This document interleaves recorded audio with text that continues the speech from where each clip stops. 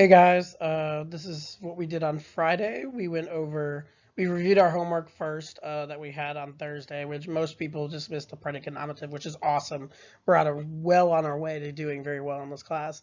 Remember that this week, upcoming on Friday, we'll have a quiz slash test. It probably will be a longer quiz. And then we'll have a test in a couple weeks after we do a couple chapters. Um, but that's for this week. So make sure you look over vocabulary, what we're going to do this week, and yeah, that'll be it. So we went over the do now at the beginning of class. Some of Greenbrier wasn't there. So if you are listening to this on Greenbrier, you'll be all right. A lot of what we talked about was what the difference between a myth and a legend is. And we kind of introduced this with having stories of what we've been told as a kid with our founding fathers, that chopping out of the cherry tree, that George Washington had like wooden teeth, Abraham Lincoln, he was an honest Abe, all of that kind of stuff is what we were talking about. And we figured out that Americans really like having good people or having people having morals as their leaders, at least back then. Nowadays, though, they said that it was clear that our situation has changed and we value money and power more than that. So that was our do now, and that kind of led us into our discussion of myth or legend. And our goals for today, we're comparing and contrasting myths and legends, which we'll do in a second. We also, um, we're going to talk about the Romulus and Remus myth. And remember, you guys have a project to do that's due next Monday. Um, that will be really fun. I heard a lot of good ideas. That'll be really, really fun to watch and listen to and stuff like that. So it'll be really cool. So before we get into the story of Romulus and Remus, I wanted to ask a couple questions. We went over these in class. What is a myth? I had a lot of answers that involved like it's not true. Well, that's kind of true, but they do have supernatural beings, ancestors, gods, whatever, um, doing crazy stuff. But the most important part that a myth does is it explains something in the world or about the world or a civilization. Why we do the things we do and why things happen the way they happen. Like, why does it rain? Why is the sun always shining every day? Why do we go to the bathroom or whatever, that kind of stuff.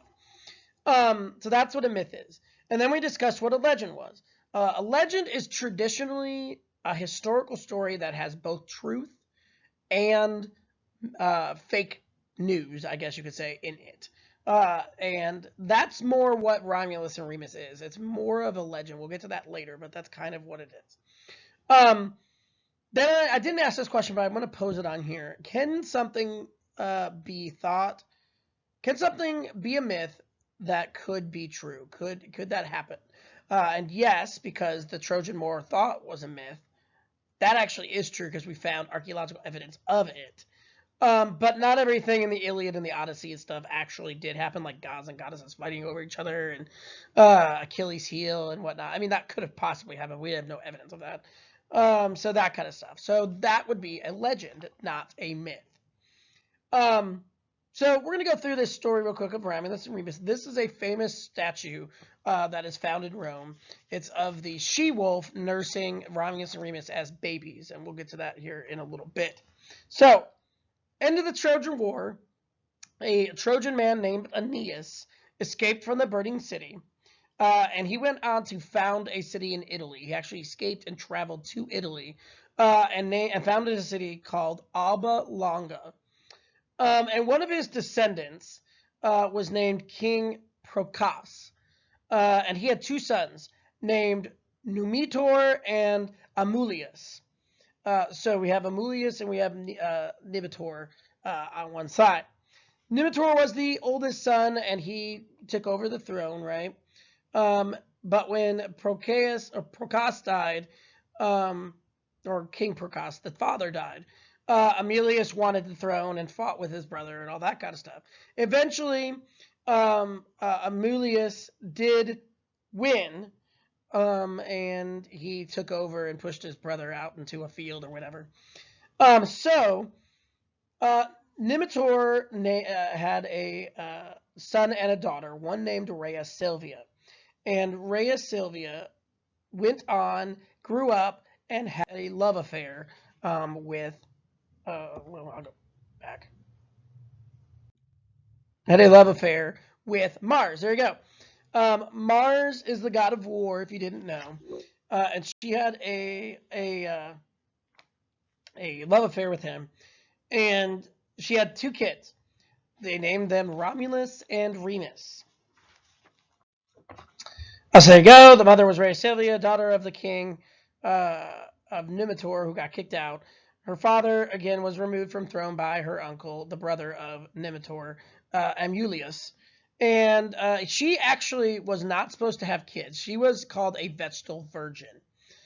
Similar, basically, to a nun of today who can't have children. They're not supposed to be really married, that kind of stuff. And again, like I said, Mars and Rhea Silvia grew up and fell in love with each other. And they secretly married, and they both had the twins. And eventually, Amulius found out about it, and he was gonna go kill the kids, actually. So Sylvia wanted to save the kids. So, against the uncle's wishes, against Amulius's wishes, she takes the two kids, the babies, puts them in a basket, and throws them down into the Tiber River. The Tiber River sends them down to a shore where a wolf will be. Rhea Silvia is then taken to prison. She is actually executed, unfortunately, and does not get to see her kids ever again. But they are saved by a wolf. They are carried to a fig tree, and a she-wolf, a female wolf, takes care of the kids, nurses them, and along with a woodpecker who gets them berries for them to eat. And that wolf, which is called the Capitoline wolf that we saw in the beginning, that statue, is a representation, very famous representation of that story. Now, they are raised by the wolf for only a few months. They are then found by Faustulus, a shepherd, and his wife, and they raise them until they're about 20 years old. When they are about 20 years old, they found out that Amulius basically killed their mom and imprisoned her and all that kind of stuff. So they get revenge on him and kill him, and they decide they want to build their own city where they had been saved by the she-wolf, by the fig tree.